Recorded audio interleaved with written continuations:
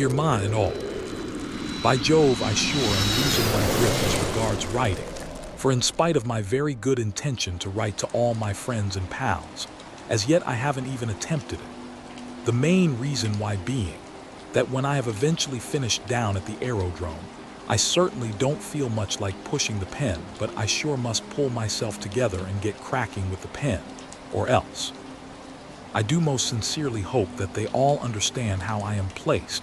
If they are like you, they will. It is now Sunday evening, and the time is just after 9:30 when I sit me down to at least attempt my weekly effort to you. Whether I will actually finish it tonight remains to be seen. If I don't manage it, I will make sure of it tomorrow afternoon or evening, and this is why. I was expecting to get a half day yesterday or today, but alas, it just did not come off owing to flying. In consequence, I did not get much chance to write. For why, you ask? Well, this is why. Friday night I was working until just gone 6:30, and after cycling back to the mess and having tea it was nearly 8 of the clock. So no doubt you can guess it was just on my bedtime after I had cleaned up and done 1 or 2 odd jobs which just had to be done. Last night, Saturday, I had good intentions to get a bath and attempt to write, but once again I was foiled, for I had to go out, and when I arrived back it was bedtime again.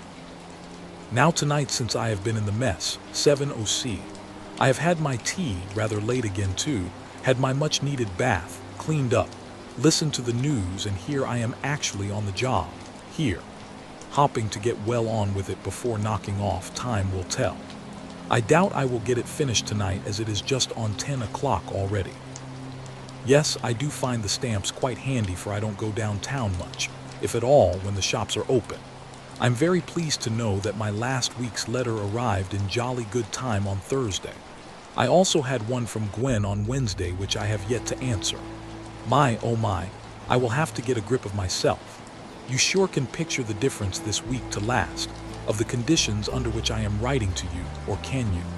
I bet Pop at least can. You tell me to take full advantage of another 48 HRS if I get the chance. You can bet I will, especially if I can manage a trip home. But I have my doubts, because now I am ICB, flight altogether, at least for a time. Actually, I have been given to understand that ere long I will be a flight sergeant, or 1 degree higher than a sergeant. Time alone will tell. Maybe now, when I have a change, I will be able to tackle things with added zeal, for I won't have anyone to upset me, only my flight commander.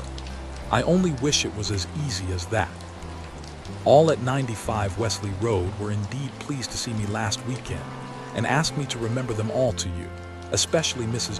Dankin. I'm inclined to think the same as you, that time alone will heal some wounds. Mrs. Darkin sure was upset, for whenever she reminded herself of her daughter when telling me, she broke down, and that was quite often. I sure did enjoy the change and good food, and I really must send my appreciation in writing. My word, if I write all the letters I owe, I will create a record for letter writing, for it must be well over 6. Don't worry about the 2 Tommies that somehow or other managed to get crushed, because the remainder ate very well, as did the cake and pears. They were really lush to eat. Before I forget, I did receive the parcel of soap you sent me quite safely yesterday morning, Saturday, and believe me, it sure will be okay, even if it is family soap and not Wright's coal tar. Whilst talking of parcels, etc., let me tell you here that I am enclosing 6 pounds. 1 pound for your birthday present, rather late, but nevertheless quite acceptable, I imagine, and as much of the other as you or Pop require. I know you will bank whatever you don't use for me. I am also enclosing 6 razor blades, since you asked me to see what I could do for Pop. I don't know what they are like, but these days beggars cannot be choosers, can they? I am also still trying to get him some ciggies, but as for safety matches and chocolate, well, at the moment it sure does seem hopeless, so here's to the future. My, oh my, winter sure isn't far away from us, judging by what we have had these last few days. Rain, plenty of it, wind, plenty of that too, and a nip in the morning air. So long as the nights remain calm and raid-free, we should not have a great deal to grumble at considering.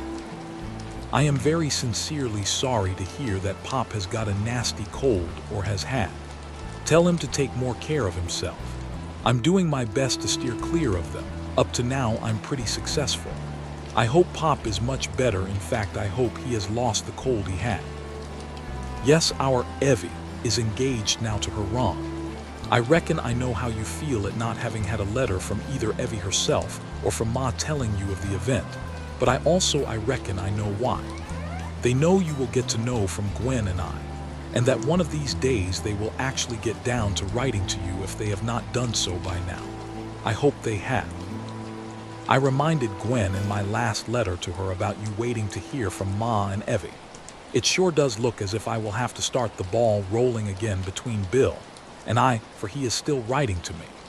Don't be too disappointed if you haven't received your present of perfume from Gwen, for she tells me she is waiting for Mr. Mendes' new stock to come in. I'm sure she will send it as soon as she receives it herself. It does look as if Gwen loves me when she signs herself, your future sister, to Annie. That will be the day when she signs herself to me as your future wife.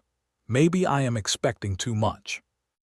I hope my niece Eileen did manage to please her grandma at least a few times when she was staying at home. I can well imagine the change in the house with a real youngster about, after the peace and quiet when you and Pop and Annie aren't having a few words to say to each other. And now, folks, it is just coming up to 11 OC, and I reckon I've done quite well in writing as much as I have done. In conclusion, may I say that I sure am looking forward to either a 48 HRS at home or my next leave, whichever comes first, for I sure could make a start in the garden, weather proving suitable.